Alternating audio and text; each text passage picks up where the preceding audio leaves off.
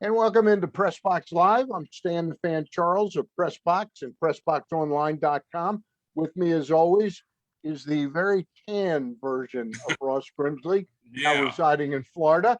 And another gentleman joins us, a good friend for a while now, and that's the former general manager of the Baltimore Orioles, former general manager of the Boston Red Sox, and the former general manager of the Montreal Expos, and that's Dan Duquette. Dan, how are you, my friend? Good, Stan. How are you? I'm good. Hey, Dan, just let me start off before we get into the main topics. You've had pretty good success over your career in Montreal, in Boston, and then you had that long lapse before you got the Baltimore job. You did a pretty darn good job in Baltimore. Do you think you're underappreciated right now in the world of baseball? Well, I appreciate that. We had some good years in Baltimore. Yep. And, we had to get the culture of that team turned around and get the fans back engaged with the team. But I thought we did that pretty well in 2012. And then it happened to coincide with the statues for our Hall of Famers that we put in the outfield there at Camden Yards. And we were able not only to reconnect with the Hall of Famers who had been kind of estranged from the team for a number of seasons because the club hadn't been competitive, and we got them back. And we had a great summer with Earl Weaver and Cal Ripken, Eddie Murray, Jim Palmer, the Brooks and Frank Robinson. I mean, all the Oriole Hall of Famers. And then, of course, we had a good season in 12. So I think that was it. We were able to reconnect with everybody, and then we had a couple more pretty good years. The body of your work in Baltimore, I think, is vastly underappreciated in the world of baseball. When you look at the Orioles, from 1998 to 2021, the light spot in the middle, and granted, and you gave Andy MacPhail credit for some of the pickups before you got there, Adam Jones and a couple other players, but basically the only winning the Orioles have done was under your, management.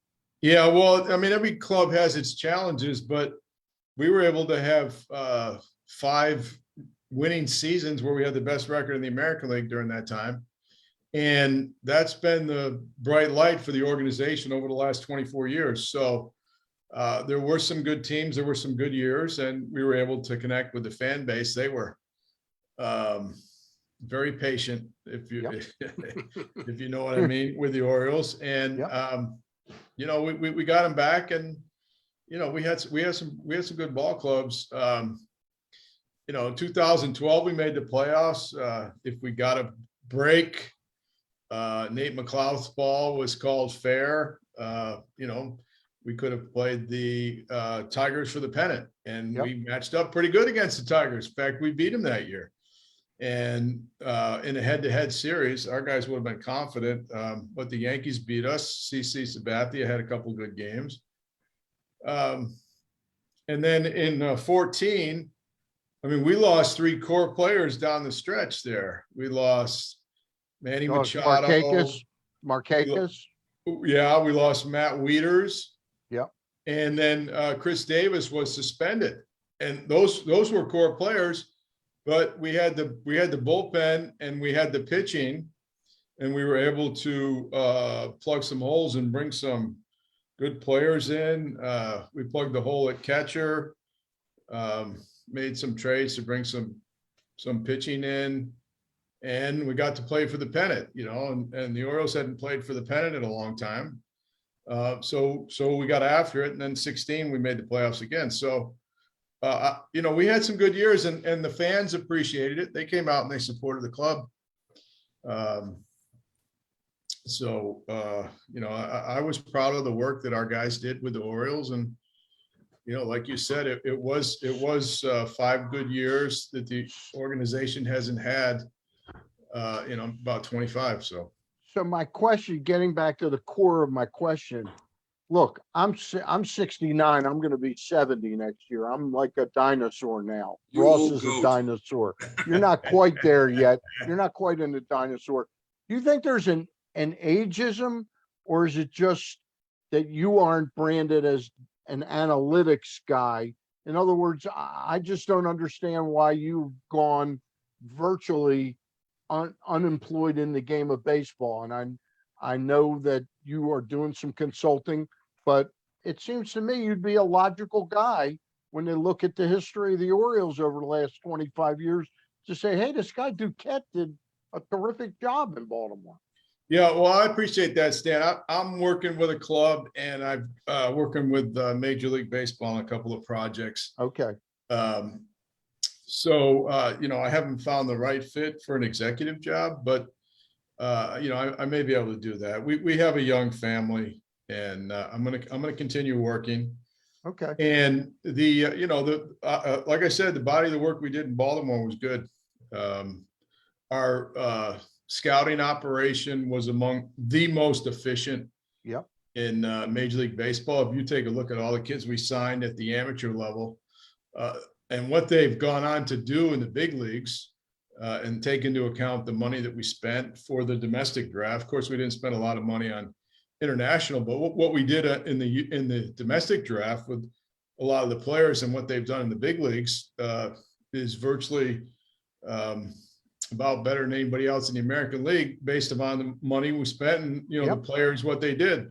Now, some of it was with other teams, but our scouts identified a lot of good ball players. You see the years that Gosman and Mike Yastrzemski had this year. Yep.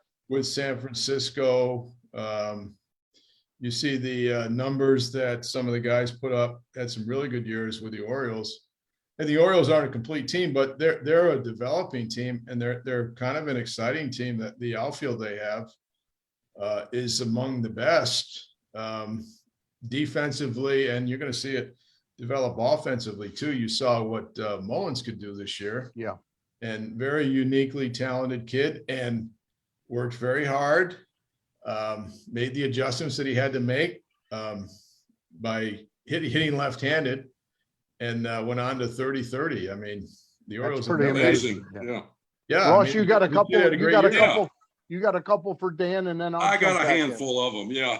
Dan, I know you talk about the 5 years. It was really outstanding. I think averaged 89 wins a year. I think over 5 years, 444 wins, which was outstanding. And you talked about at 17, the team started going down a little bit. Did you see or have a feeling of what was going to happen the next couple of years, especially 2018, when the team was just really awful? Did you get any inclination about the switch? Well, I thought that we were still in pretty good shape. We had an opportunity to sign Machado, and we could have gotten a couple of years from him if we signed him to a free agent contract and bought out a couple of his arbitration years.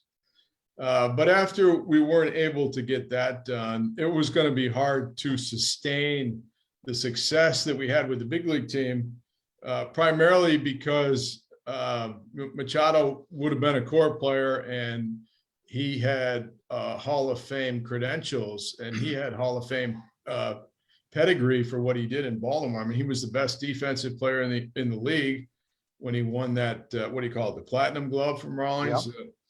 And when we weren't able to sign him, I knew it was going to be difficult to sustain, primarily because we hadn't invested in the international talent market at the amateur level. And it's hard to sustain the success in the big leagues if you don't have that key leg of your foundation in your minor league, and that's like trying to box with one hand tied behind your back. Yeah, well, that's a good way to put it, because those other teams in the American League East, they're certainly well heeled, and they're well organized, and they're very active in the international market. You look at the international talent on those teams in Boston and Tampa. Look at the shortstop that the Tampa Bay Rays brought up this year during the season. He's a Hall of Fame caliber player. And then you look at how the Red Sox are constituted, and those two players on the left side of their infield, Devers and Bogarts, they're both international signees, and they're everyday core players. So I knew it was going to be hard to sustain. But, beyond that, we had a pretty decent team in 2017, and we had some talent in 2018. Yeah. But our pitching wasn't very Right. good, and I think we could have handled our pitching to get more out of the guys that we got. It seemed like all the guys we brought in, they pitched not so good when we got them, and then when they left, they seemed to pitch better. So I think we could have done a better job with our pitching, but it was going to be hard to sustain for the long term without being active in that international recruiting venue. Pitching at Camden Yards is not easy. That's really a tough place to pitch. Yeah, that's a really good point. I was doing some work this year, and I looked at that Denver ballpark, right? And actually, it was there were more runs scored per game in Camden Yards this year than there were in that Denver ballpark. Believe it or not. No, really, I know. Yeah, because home runs hit in the whole 9 yards. Yeah, that's amazing. Yeah, I mean the ball goes out to the opposite field in that Camden ballpark, particularly in the day games. There's nothing holding it back. And when I looked at the ballpark numbers, I was frankly astounded that Camden Yards played where there was more runs scored per game. Yeah. Than there were in Denver. Can I jump in and ask one question? I did something early in the season this year where I wrote down just the American League East. The Yankees had $105 million worth of pitching, Boston $85 million, down to the Orioles at $10 million.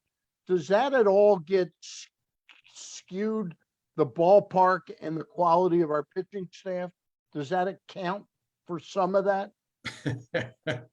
Well, I mean, we had $10 million pitching. Stan, you know the answer to that. If you don't have any pitching, you're not going to win. It doesn't matter where you're playing. Right. You're playing out in your backyard. When Matt Harvey's your number one, the highest paid pitcher on your staff, that may have had something to do with that. Well, yeah, I mean, but it makes the point that if you're going to be competitive in Baltimore, you got to be able to develop some of your own pitching, right? Yeah. Otherwise, you're not going to be able to compete because there's so many variables, but there's so many risks on the pitching market across the industry. I mean, look at all the pitchers across the industry. Almost 60% of them spend time on the disabled list every single year. You look at all the money that teams pay to major league pitchers that are not available to them to pitch.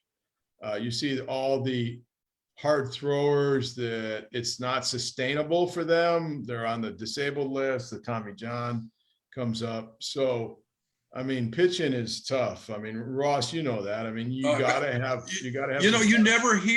You never hear people talk about the injuries, and I talk about this as much as I can. That there's so many injuries now, and is that discussed about in Major League at the front offices?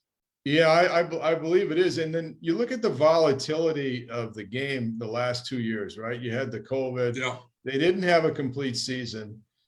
You look at the playoffs and the starting pitchers, they're not going more than 4 innings. Right. I mean, if you get over 5 innings, you get to 6 innings, you've had a big time start. Right. And I think part of that's got to do with these guys. They're maxing out their max effort. The analytics suggest that the pitchers have the big advantage the first time that they go through the lineup, that the hitter sees them. So you see all these things that go against the pitchers having durability, right?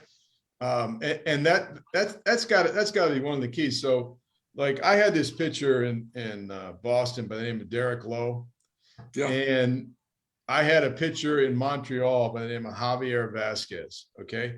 2 workhorses. Right. Both those guys never spent a single day on the disabled list. Okay. They never spent one single day of their major league careers. And they had long careers, 15, 18 years.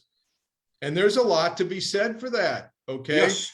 I mean, if you're going to be reliable, if your team can depend on you.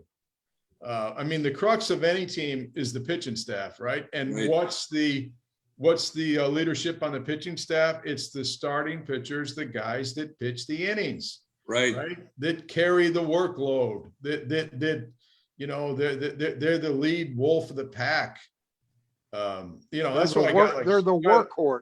They're the workhorses, right? A guy like Scherzer, who come out and pitch in relief, so the Dodgers can advance, and then he come back last night and he can pitch in game 2. You got to give a lot of credit to Max Scherzer. You know, not just for the quality of his pitching, but for knowing what he has to do to be available to his team, to be healthy and to be out there pitching. I mean, that's a real rare combination in today's game. Dan, they are going to get back to where I know they don't stretch the guys out in the minor leagues pitching wise. You know, it almost seems like they want less is better. And over the years, I disagree 100% on that, but the guys are being trained to do that. Is that ever going to change?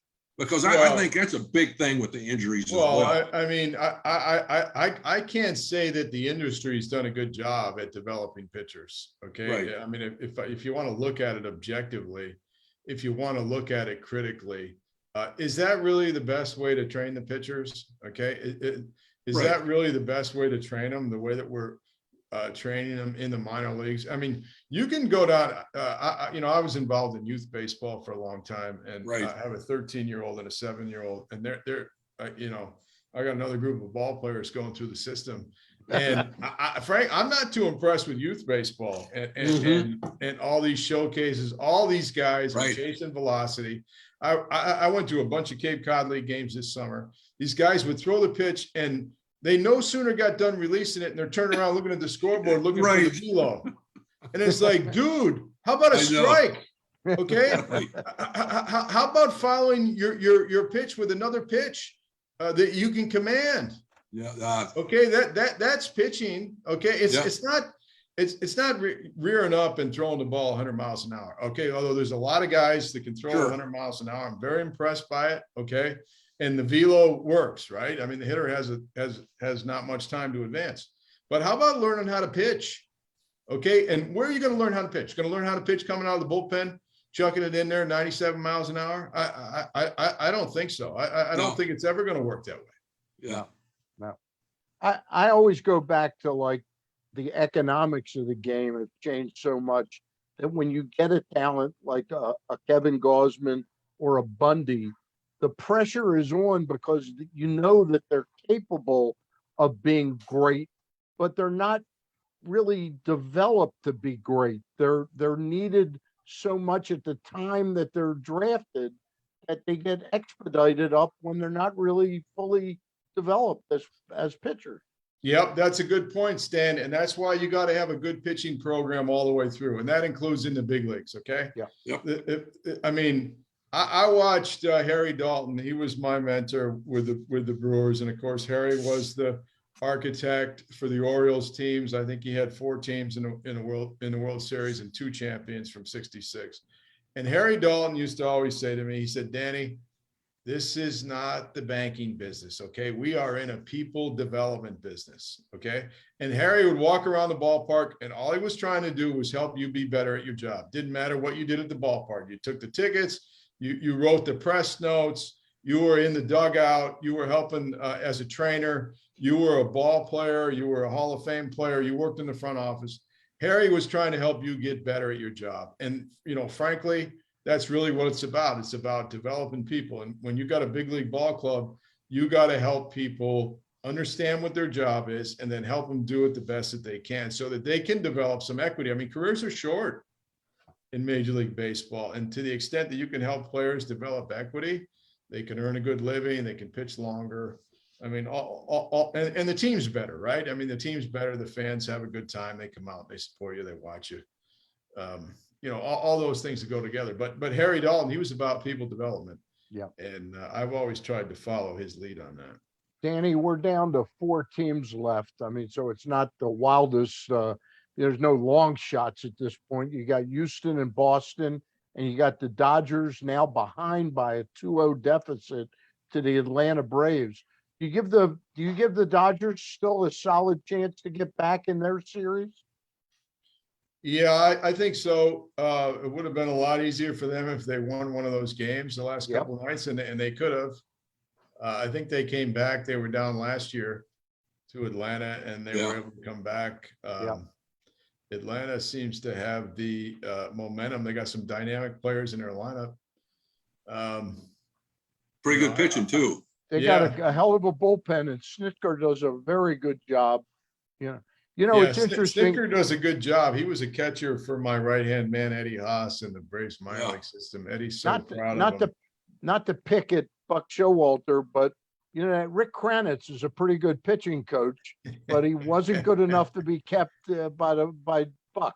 Well, Rick Kranitz is a good pitching coach, and I know Rick Kranitz because he was in the minor leagues when I got to Milwaukee, and that's what I tell my son Brody. I said, "Hey, Brody, you see that guy out there, the pitching coach?" I said, "He was a player in Milwaukee when I got there. Rick Kranitz, he was in the minor league system." So, and he is a good pitching coach, and he's done a good job with those young pitchers on the Braves. I mean, Max Fried's got to be considered the top left-hander in the National League.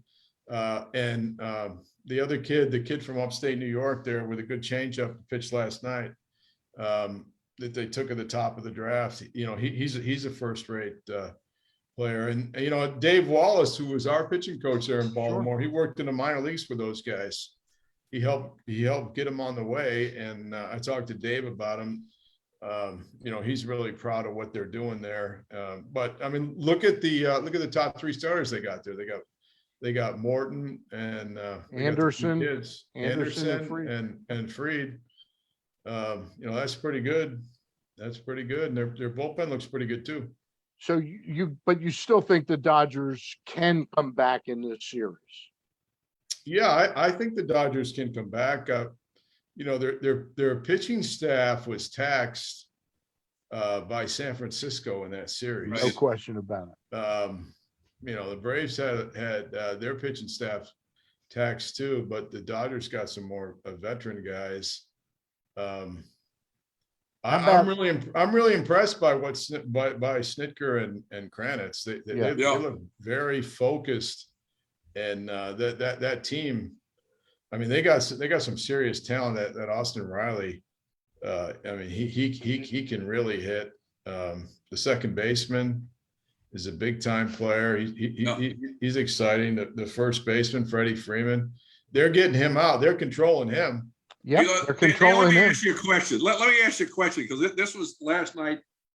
They got Rosario coming. He's 3 for 4, runner at second. Yeah, why didn't they walk him? I thought that. Well, that was my question. I mean, and I'm going. I wouldn't have pitched to him, since Freddie Freeman's not swinging the bat now, and I know he's a good hitter. I saw him in the minor leagues. I've seen him, watched him play. But why not pitch to him? And then Jansen comes in and throws that first pitch. What is he looking for? He's looking for a heater or something hard. But I'm not pitching to him. I'm pitching to Freddie Freeman. Well, the Dodger fans were up in arms. They didn't understand some of the pitching moves. Really? They thought their manager was a little quick on the draw with the starting pitcher with Scherzer, and then the kid that was throwing 100 miles an hour, he got 2 outs. And he took him out for a guy that doesn't throw as hard as him. That Brewster Graterol, I mean, his ball moves a lot when it comes up to home plate, and he's not afraid of anybody. No, so, I mean, if you like power pitchers, you would go with Graterol, and then the Dodger closer in his day could throw a lot harder than he's currently throwing. Okay. Yeah. So does that really make him a closer? I mean, there were questions last year about whether he could close or not with the stuff that he has. Yeah. He's kind of reinvented himself a little bit this year. I was shocked that the overall numbers Jansen had this year were as good as they were. I mean, he put up good numbers. Yeah, he had a good year, but he doesn't throw like he used to. And you get up there against some good pro hitters. I've been in the playoffs a few times, and I haven't gotten over the hump. And a lot of the times that I haven't gotten over the hump is because I didn't have the best bullpen. I mean, Yeah. you got to have a couple of closers out there. You can't What be, about ding donging around guessing about whether the guy can get out a lefty or a righty. Right. He's going to have to go through the iron of the order for you to win. Okay. And you got to have a couple guys with some serious stuff. Yeah. What about the AL? Tied at 1 apiece. They're coming to Boston. I'm sure it's pretty chilly there tonight. Is that going to be a rude awakening for the Houston Astros playing in Fenway? Well, it's the third time they've played for the championship. I am not a Houston Astros fan. No, neither am I. There ain't many. There's not many of them. I don't like the way they went about their business. They got 2 Hall of Famers up the middle in Correa and Altuve. The Red Sox got a serious lineup. Yeah. And they can score some runs. I thought the Red Sox did a great job. I mean, they had a terrible pitching staff in 20. Yeah. One of the worst Red Sox pitching staffs I've ever seen. And I know it was an off year because of the shortened schedule, but they did a nice job getting their pitching organized. They got Sale back. If Sale and Eduardo Rodriguez pitch like they can, the Red Sox have a shot. I think the Astros have an edge on paper. However, they lost McCullers. He's not going to be pitching for him. And what about Garcia's injury? How bad is that? I don't know, but the pitching depth is an issue for everybody, but certainly more so for the Astros. They lost their top pitcher in McCullers. Of course, they don't have Verlander. So, I mean, the Red Sox are very much alive. The Red Sox had a good chance to win the first game. They didn't come through, but they were able to win that second game. And you saw how potent their offense is. And those guys are selective hitters. They're disciplined. They're very disciplined. They added Schwarber, give him a left-handed power hitter. He really lengthened the lineup. Do you think they'll make a strong bid at keeping him as a free agent, Schwarber? He seems to fit that team. Yeah, he looks pretty good at first base too. Yeah. He looks pretty good.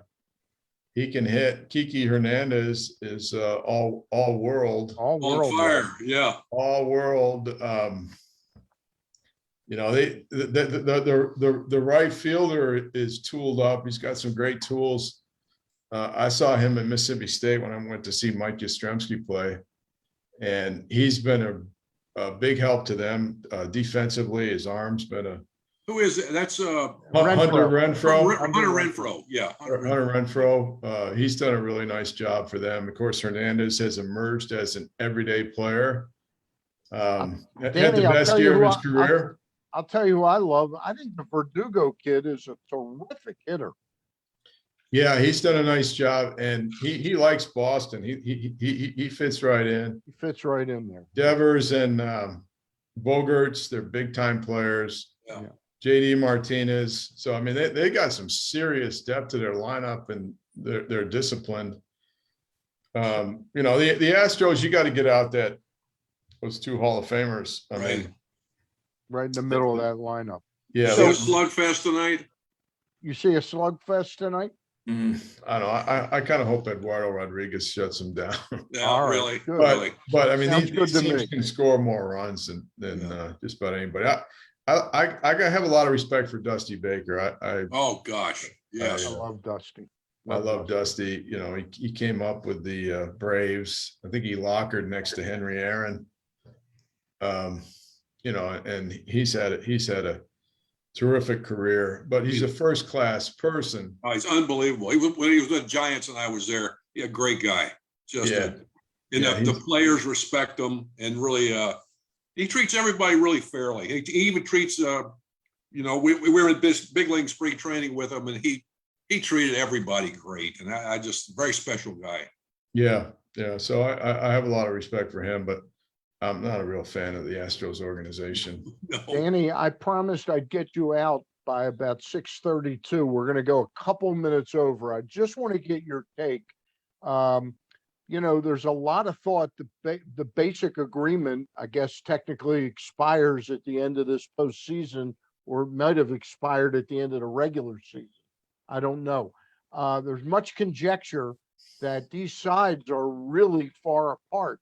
Do you have any sense at what the core issues are going to be for this basic agreement negotiation this year? Well, no, I really don't, Stan. I think the teams are looking to maintain the cap they have on their revenue sharing for the major market clubs.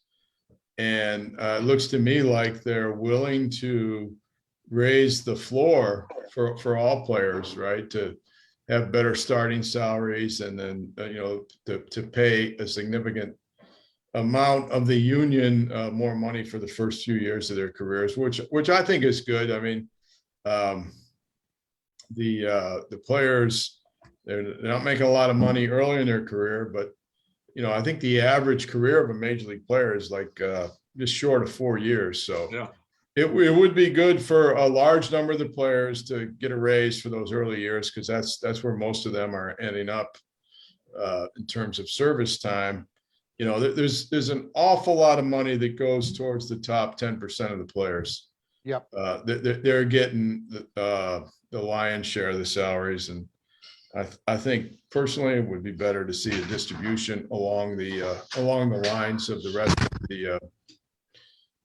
of the members. But we'll see how it goes. I mean, with the shortened season last year and all the opportunity for the entertainment business to expand around the globe, I don't see how either side benefits from staying out of work and not going to work and continuing down the track. I gotta believe that we're going to get a deal between the parties. You think Manfred and Tony Clark can cut to the chase and really get to these key issues? I don't know. That's a good question. That's where my hesitancy. Major League Baseball got along a lot better with Michael Weiner when he was heading the Players Association. Michael had a lot of gifts, and I think he understood the value of the marketing and the growth of the game that everybody benefited. I think that the current leadership, including the legal leadership of the Players Association, they don't have the broad vision that Michael Weiner brought to the group. I agree with you totally. Ross, you got one more that you'd like to? Yeah, I got a couple. The one thing they were talk about one of the $100 million $100 million minimum salary for teams. Is there any talk on that? Yeah, I think the major league clubs, in exchange for a cap on the high end, are willing to, if they can cap the ceiling, they're willing to bring up the floor. Right. And the clubs that are paying 65 million in salary, they would be forced to pay an additional 35 million in salary, which I think is good for the industry. Right. Because it forces everybody to try to field a competitive team. Exactly. Really. Yeah, and I think that's good. I think that gives Absolutely. hope to the fans and all the markets. I've never agreed with a team tanking to get the high draft pick. I mean, I've always been out there personally trying to win as many games as I can. I think that's what the fans want, and I think that reinforces the integrity and the value of each game. Yes. Dan, that's a better approach. Dan, there's some fantasy baseball leagues that actually do that. They don't give the team that finishes last the number one pick. They sort of give the incentive, try and fight to get to the middle. That's what I think. I think fantasy baseball in some ways really is far ahead of the way Major League Baseball runs its product. Yeah. Well, I mean, when we were with the Orioles, we finished in the top of the standings, and then we were lower in the draft.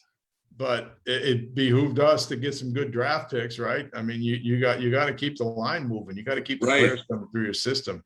And like I said, I think that's a better way to do it. if you can manage your resources and set up a good operation, I mean, look at what Tampa's done with their resource management. Just phenomenal. They've been able to field a competitive team without a lot of money. I mean, we were able to do that in Montreal, but Tampa has been a real model for the small market teams to be able to field a really competitive team. And, you know, that's no small feat, because you play in the American League East, you're in there with the big boys. Okay. You got to slug it out with the Red Sox and the Yankees for 18 games a year. You got to fight with Toronto, and make no mistake about it. Toronto is a major market. Okay. Their market is Canada. Okay. Yeah, really. Their market is Canada. So you got to slug it out in there. And, you know, Tampa's done a good job. I've got to ask you one quick thing. Was it fair for Major League Baseball to allow the Red Sox to get the number 3 or 4 pick this past year? Was that justifiable? I know by the record in the shortened season it was, but the commissioner had said that he had the discretion to say, hey, that's not really the way it should have gone. I mean, they got a top player, the Red Sox. They arguably got the best player in the draft, right? Yeah. Left-handed hitting shortstop from California. Yep. He looked pretty good to me. So was that fair that the Red Sox got him for one stinking year? Well, you know,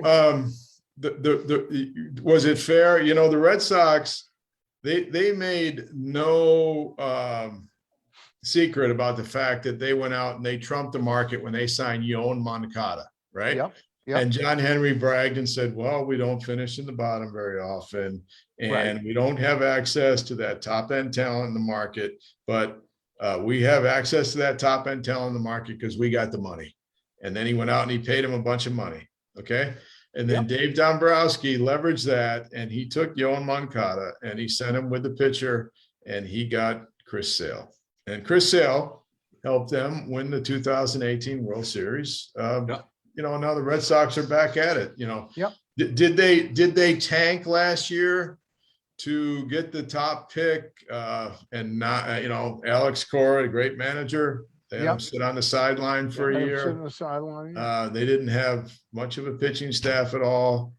They got the number 4 pick, and the kid fell into his lap, and then they decided to go back to work. I thought it stunk. I really did. I really did. I the Red Sox put me in the Hall of Fame this past year. So there's a great move. I will not be speaking. They're smart people there, boss. I'm rooting for them against the Astros. I got one question I got to ask, Dan. And what is your take on Major League Baseball and the gambling that there's backing, or whatever you want to call it? Well, I think that's a key issue for Major League Baseball, and I think the onus is on Major League Baseball to have credibility of every game, right? I think the integrity of the game is paramount. If people are going to be betting on it, MLB is going to have to take a hard look at how they police the rules. I think they did decide they had to police the rules with the spider tack this year, okay. Right? You just happen to have some with you.